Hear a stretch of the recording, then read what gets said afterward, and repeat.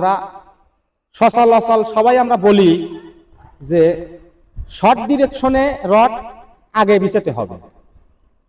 তাহলে শর্ট ডিরেকশনে যদি আগে আমরা রড বিছাই, আমরা কিন্তু এটা বলি না যে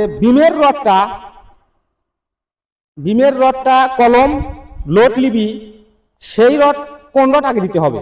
আমার প্রশ্ন হলো আমার প্রশ্ন হলো যে বিমের রড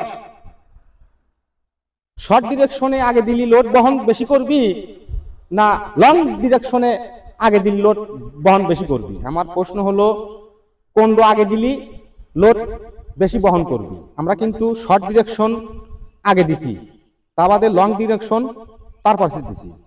তাহলে লং ডিরেকশনে আছে 15 আর শর্ট ডিরেকশনে আছে 10। তাহলে আমার ক্লিয়ার হলো 15/10। আমি কিন্তু সেই হিসাব করে যে লোড বহন যেটা করবি লং ডিরেকশন সেটা কিন্তু আমি উপরে রাখছি, আর যেটা শর্ট ডিরেকশন সেটা কিন্তু আমি নিচে রাখছি। তাহলে আসলে আমার এটা ঠিক হয়েছে কিনা, আমার ভুল হলে আপনারা কমেন্ট বক্সে অবশ্যই মতামতটা কিন্তু জানাবেন, কারণ ভুল স্বাভাবিক, ভুল হতেই পারে। তাই আপনারা যদি একটু মতামত জানান তাহলে আমরা শিখতে পারবো। আবার বলবেন যে তুমি জানো না, কাজ করতে চাও কেন?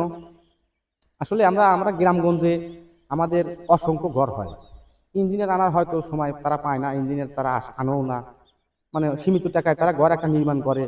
তাই মিস্ত্রির সংকটের কারণেও কিন্তু যাকে তাকে দিয়েই একটা ঘর নির্মাণ করে। তাই জানিয়ে যদি আমরা কাজ করি তাহলে ভুল হওয়ার সম্ভাবনা নাই।